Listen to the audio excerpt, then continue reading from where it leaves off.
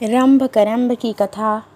महिषासुर और रक्त बीज की उत्पत्ति। महिषासुर का देवताओं पर आक्रमण। राजा जन्मेजय ने कहा, प्रभु, आपने महामाया भगवती योगेश्वरी के प्रभाव का वर्णन किया।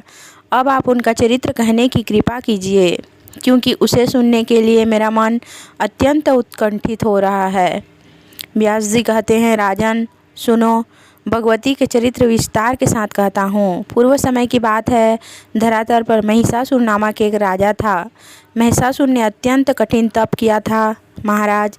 तदंतर उसके आराध्य देव लोक पितामह ब्रह्मा जी प्रसन्न हो गए। वे हंस पर विराजमान होकर वहाँ आए और बोले, धर्मात्मन, वर मांगो, मैं तुम्हारा मनोरथ पूर्ण करने के लिए उद्यत हूँ। महिषासुर बोला, देवाधिदेव महाभाग ब्रह्मा जी, मैं अमृत चाहता हूँ। पितामह, जिस प्रकार मृत्यु का भय सामने न आए, वैसा ही वर देने की कृपा कीजिए। ब्रह्मा ने कहा, जन्मे हुए प्राणी का मरना और मरे हुए का जन्म लेना बिल्कुल निश्चित है।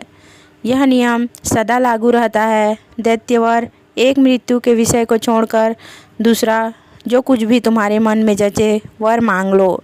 महिषासुर बोला, पितामह, दैत्य, देवता और मानव, इनमें किसी भी पुरुष से मेरी मृत्यु न हो, कोई स्त्री मुझे मारे। ब्रह्मा जी ने कहा, दैत्येंद्र, ठीक है, स्त्री के हाथ ही तुम्हारा मरण निश्चित है। इस प्रकार महिषासुर को वर देकर ब्रह्मा जी अपने आश्रम के लिए प्रस्थित हो गए। वह प्रतापी दैत्य महिषासुर भी प्रसन्नतापूर्वक अपने घर लौट गया। राजा जन्मेजय ने कहा, महिषासुर किसका पुत्र था? उस महाबली दैत्य की उत्पत्ति कैसे हुई थी? एक महान आत्मा होते हुए उसे महिष का रूप कैसे मिल गया था?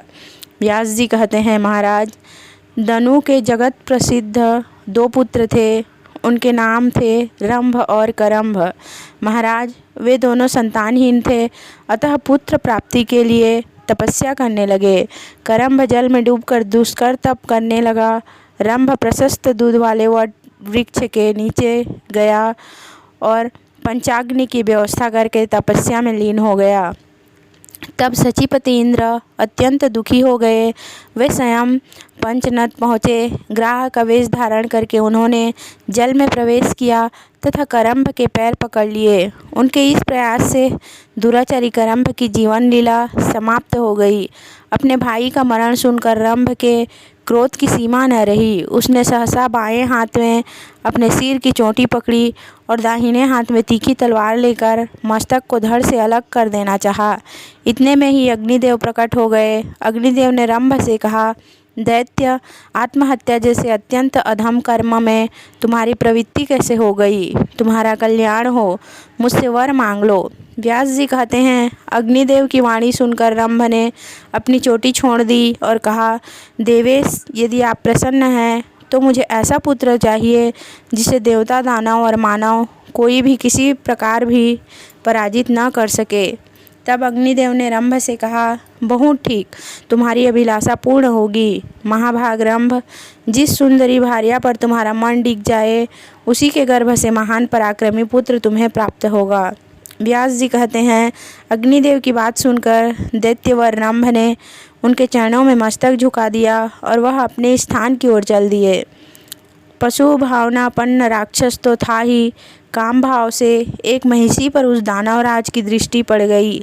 रंभ उस पर आसक्त हो गया। उसके वीर्य से वह महिषी गर्भवती हो गई।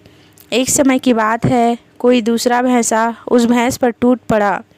अतएव उस भैंस को मारने के लिए रंभ स्वयं सामने आ गया, परंतु उस भैंस ने तीखे सींगों के द्वारा रंभ के हृदय में गहरी चोट पहुंचाई।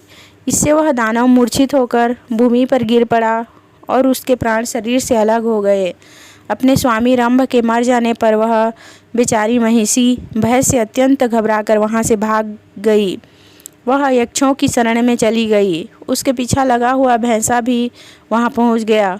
उस भैंस की रक्षा करने के लिए यक्ष भैंस का सामना करने के लिए तत्पर हो गए। यक्ष बाण बरसाने लगे। उससे आहत होकर भैंसा तुरंत प्राणहीन होकर पृथ्वी पर पड़ गया। रंभ यक्षों का परम प्रेमी था, अतः उन्होंने उसकी लाश लेकर दाह संस्कार करने के लिए चिता पर रख दी। पति के मृत शरीर को चिता पर देखकर उस महिषी के मन में भी निश्चित विचार हो गया कि मैं भी पति के साथ सती हो जाऊं। वह जलती हुई चिता में बैठ गई। उसी समय चिता के मध्य भाग से महाबली महिषासुर निकल आया।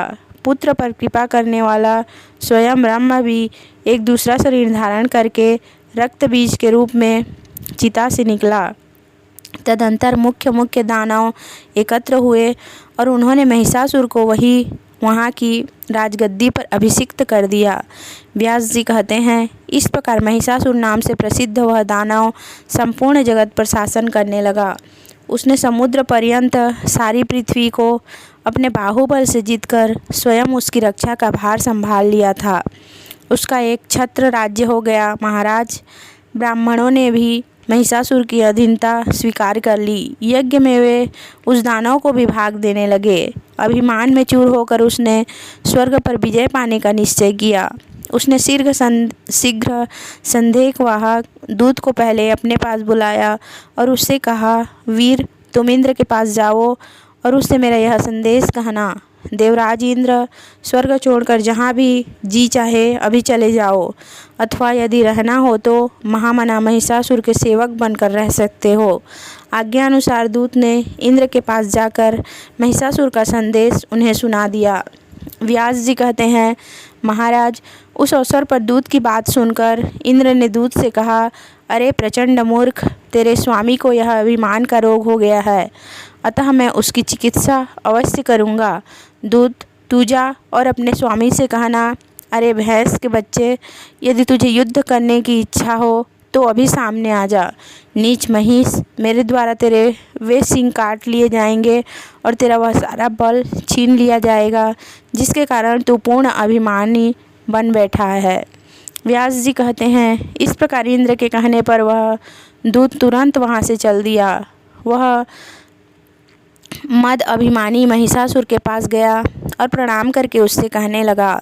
दूत ने कहा, राजन, देवेंद्र इंद्र के पास देवताओं की विशाल सेना है, आपको वह कुछ भी नहीं गिनता। राजन, इस समय इंद्र ने जिस प्रकार से घृणित वचन कहे हैं, वैसे वचन मेरी जीभ से कभी नहीं निकल सकते। व्यास जी कहते हैं, यह सुनकर महिषासुर का सर्वांग अत्यंत क्रोध से तमतमा उठा। वह दैत्यों को बुलाकर उनसे कहने लगा, महाभाग दैत्यों, वह देवराज युद्ध करना चाहता है। दानवों, संपूर्ण देवताओं को जीतने के लिए अकेला मैं ही पर्याप्त हूँ। फिर भी मेरा गौरव बढ़ जाए, एतर्थ इस देवासुर संग्राम में निमंत्रण देकर आप सब लोगों को सम्मिलित करता हूँ।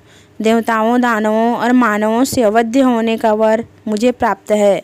अतएव आज आप लोग स्वर्गलोक पर विजय प्राप्त करने के लिए तैयार हो जाएं।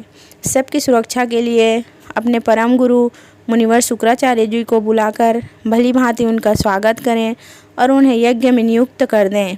व्यास जी कहते हैं, राजन, महिषासुर की बुद्धि सदा पाप कर्म में रत रहती थी। दैत्यों को उपयुक्त आदेश देकर वह तुरंत अपने महल में चला गया। जय माता दी।